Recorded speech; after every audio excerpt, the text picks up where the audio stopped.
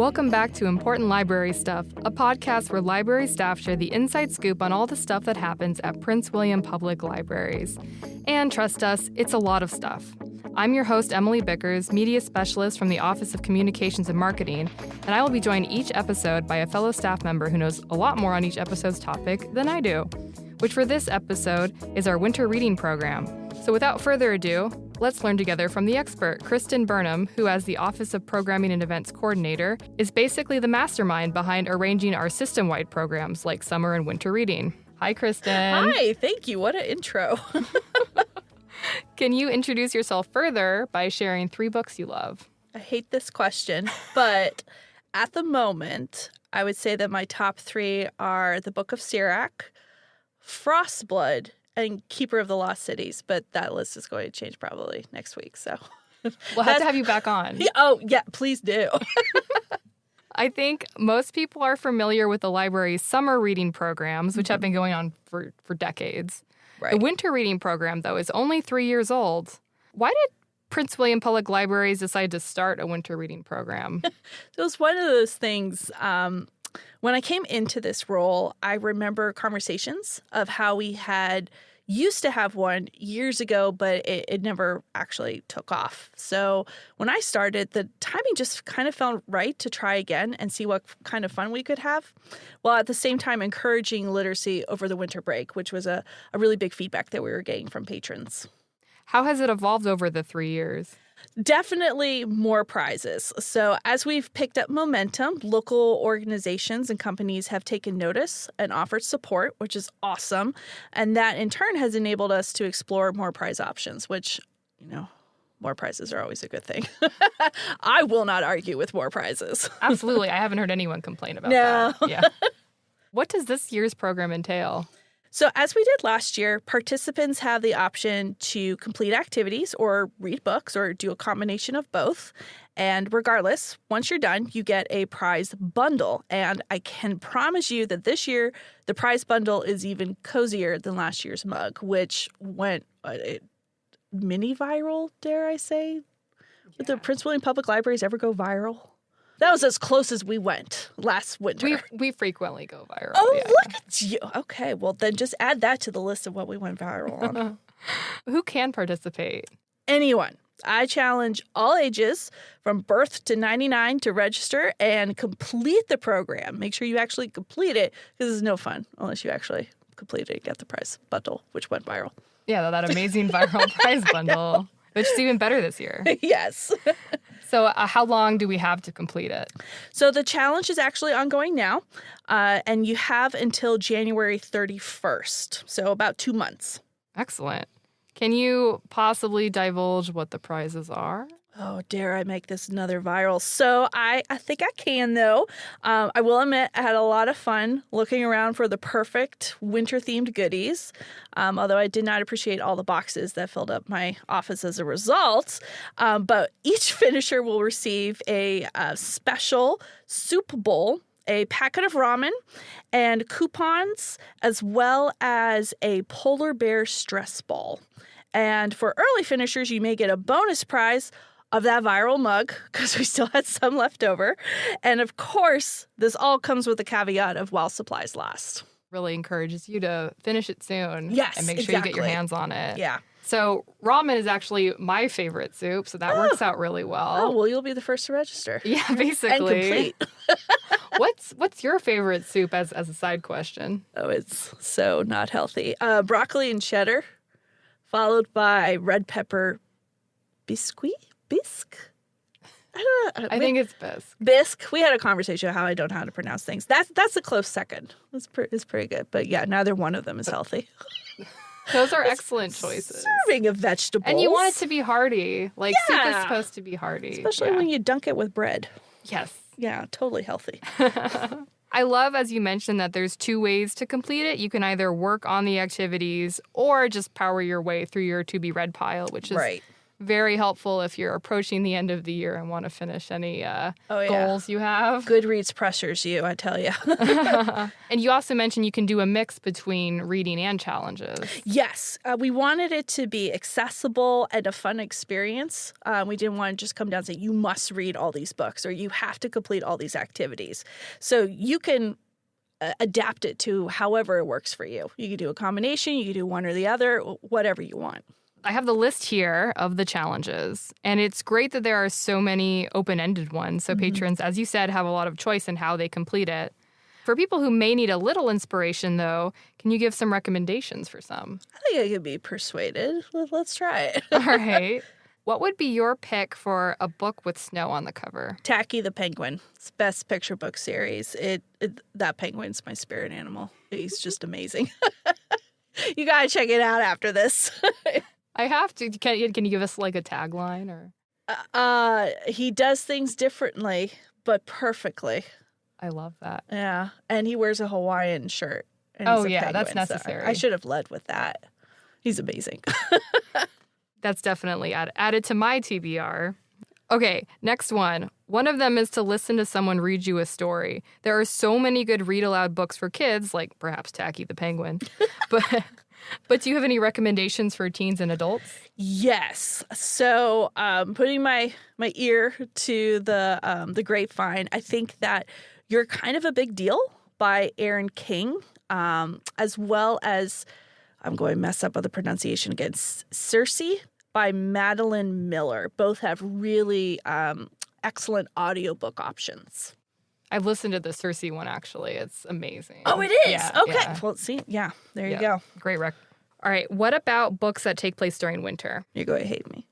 Lion, the Witch, and the Wardrobe. Our title. I know. How could I not say it? But also, I love C.S. Lewis. He's such an amazing master of crafting worlds that both adults and children love and enjoy visiting again and again. So that's my professional take on C.S. Lewis. Absolutely. And that's good for any age, because even if you listen to it as a kid, it's worth a read again. Yeah, absolutely. What would be your music pick on Hoopla Digital? Lindsey Sterling's Snow Waltz.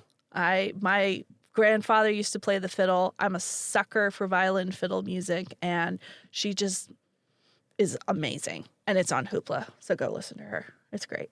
Well, thank you. I think that's definitely enough to help folks get started. And of course, if patrons want recommendations for any other category or recs tailored specifically to themselves or their children, call or head into a library branch and pick the librarian's minds. They'd be happy to set you up with a reading list.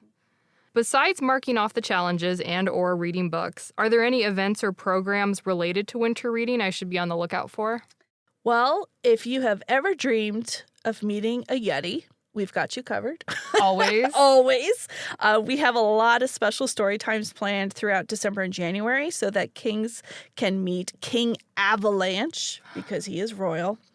And it may or may not be a certain redhead OPE coordinator who is the official handler of King Avalanche. But I also invite everyone to join in Holiday Smiles, where we decorate holiday postcards to share with those in assisted living centers. And speaking of cards, adults and teens may enjoy our Year of Cards program, where participants will create a stash of cards for the upcoming year. And of course, each of our branches has a ton of fun events for you to enjoy. These are just a few examples. Okay. I want to go behind the scenes a bit and find out what kind of work goes into creating the winter reading program. A lot. Winter reading is not as big as a project as, say, summer reading. It does require months of planning. So each year I confirm the budget, which I usually do that in the spring. And then I begin building a price structure wish list, if you will. And once we have actually narrowed down what fits into the budget, those get ordered in early fall. And those are all sorted by hand. They're distributed to the libraries by hand. I also work with our programming staff, who are amazing. I work with them on the activities. And then our marketing team creates the flyers and graphics to help promote the program, as well as create the online challenge portion. So this is being done all over the summer. wherein I'm contacting performers and scheduling special events at the libraries, as well as working with the other departments to make sure that all the pieces fall into place. So it's a lot of components that all culminate in what we hope is a fun way to explore library resources and literacy options. So knowing all this work goes into it, compared to the popularity of summer reading, has winter reading been an immediate success, or do you still think folks are missing out? Well, I'm not one to call anyone out, but y'all are missing out. You totally are. So our first year we had, I want to say about 500 registrants. And then the next year when we went viral, we had over 1,500. So I admit I was not prepared for that jump. That almost never happens in a system-wide reading challenge. Usually it's in very easily anticipated increments. But given the size of Prince William County and Manassas City communities, it's still a relatively small number. So here's your challenge, everyone. I hope that you can help us make this year even better and go viral even more. So if we increase by 3 times last year, we should increase by another 3 times this Well, year. I will have white hair as a result of, but yeah, it's totally worth it. I'll dye it. Go for it. Yeah. Challenge has been issued to the county.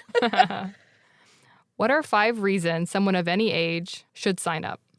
Well, it's easy. It's free. It's a great way to do things to do over the winter. You earn one-of-a-kind prizes, and you can officially say that you encountered a Yeti. And I mean, how many people can actually say that? Plus, each branch will have a grand prize winner for an extra special surprise. Ooh. Mm-hmm. And again, it's a free program for everyone who wants to enter. So Free. why not enter? Why not? And fill your soup bowl with broccoli cheddar soup. I know, now I'm hungry. We should go get some. We after really this. should after this, a reward. I see there are 4 sponsors for winter reading: Atlantic Bank, IHOP, Prince William Ice Center, and Synergy Home Care of Lake Ridge.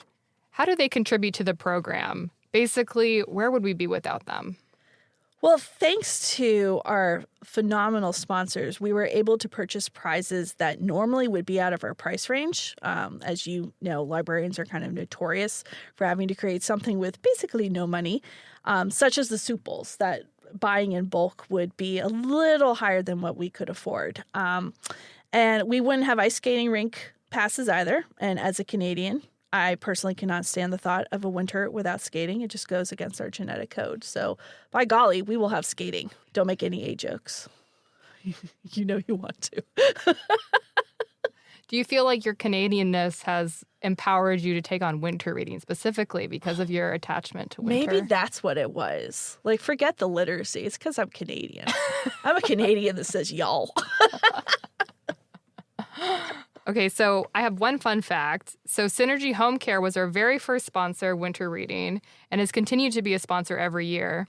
In the program's first year, they shared, "We're excited to see how many children and families find a new favorite book." And we totally agree. One of the best parts of reading challenges is challenging yourself to read something you may not have normally read.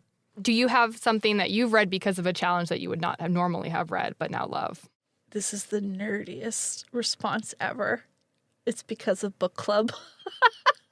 I'm part of a book club, and we take turns selecting the books.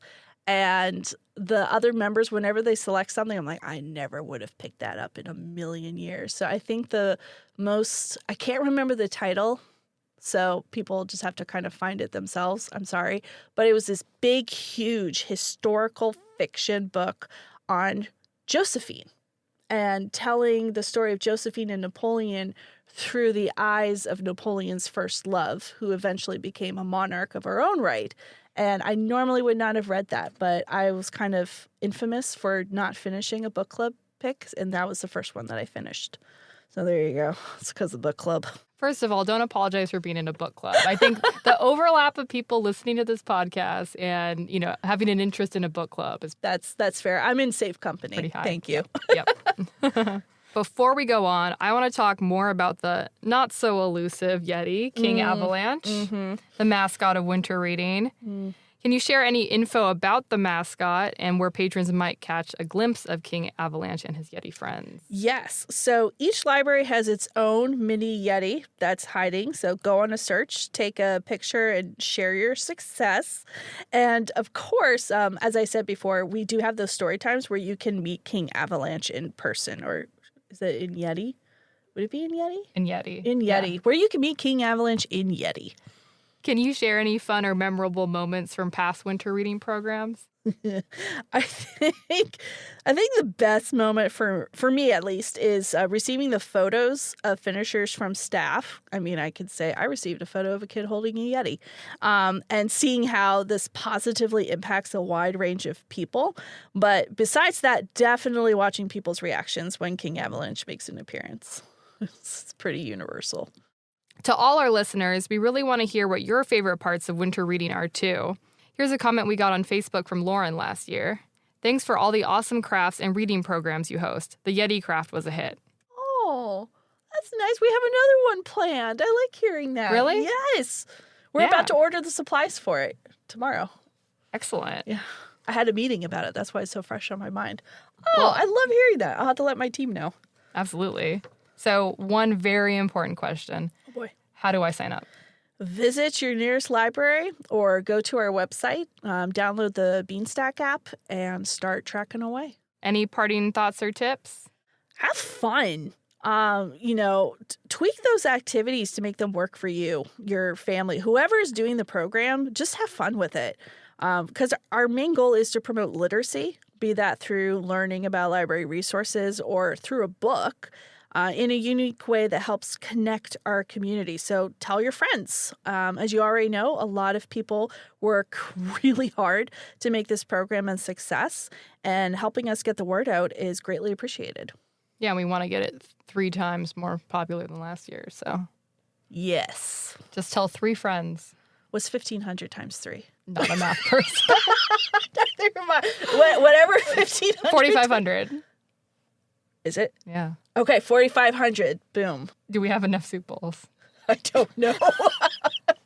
I have a lot of boxes in my office. I don't know. I guess we'll have to find out. We can figure it out. Yeah. We'll figure it out. We'll do the new math. As a side note, if anyone would like to become an additional sponsor of soup bowls. Yes.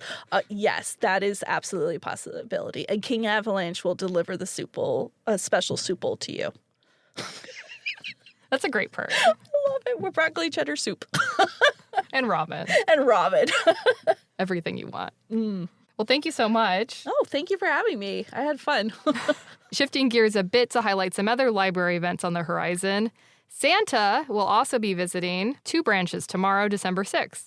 Enjoy a story time with Santa at Dale City Library at 11:30 a.m. or visit both Santa, Mrs. Claus, and an elf at Potomac Library starting at 6 p.m. Come a little early to Potomac for STEAM activities that start at 5:30 p.m. Bring your camera for photos. First come, first served until capacity is reached. I totally had a Buddy the Elf moment. I wanted to shout out, Santa! That is so awesome. I know him. I know him. Well, no, I know in King Avalanche. I don't know Santa. You can also explore genealogy past basic family searches with Genealogy 201 at Montclair Library this Thursday, December 7th at 2 p.m. Do you need a secret place to wrap holiday gifts? Bull Run will open their community room for that over the next 2 weekends. Bring your gift wrap. They'll have scissors and tape. Chin Park is providing all wrapping supplies at their Ribbon Rendezvous event, open Monday, December 18th through Friday, December 22nd. You can find the hours for both programs online. We have 2 concerts coming on the same day at the same time, Saturday, December 16th at 2 p.m. The Greater Manassas Children's Choir will be at Central Library, and the Brava Handbell Choir will be at Haymarket Gainesville Library. For more information on these programs and all the ones I had to leave out, visit pwcva.gov/library, click on Library Events, and you'll find our online events calendar. Again, thank you so much for answering all our questions. Oh, absolutely. All my questions, I should say. Well, you are the voice of the people, Emily. Well, I want to be, so if our listeners have questions, we'd love to answer them on a future Ask a Librarian episode. Just record your question as an audio file mentioning your first name and home branch and email it to libcommunications@pwcgov.org. That is libcommunications@pwcgov.org. The question can be about our reading programs or almost anything else, and I'll do my best to track down an answer for you. I will close us out with a quote from the book referenced in the episode title, which you really should read if you haven't. The Lion, the Witch, and the Wardrobe by C.S. Lewis. And so for a time, it looked as if all the adventures were coming to an end. But that was not to be. Thanks for listening, and join us in 2 weeks for the next episode of Important Library Stuff.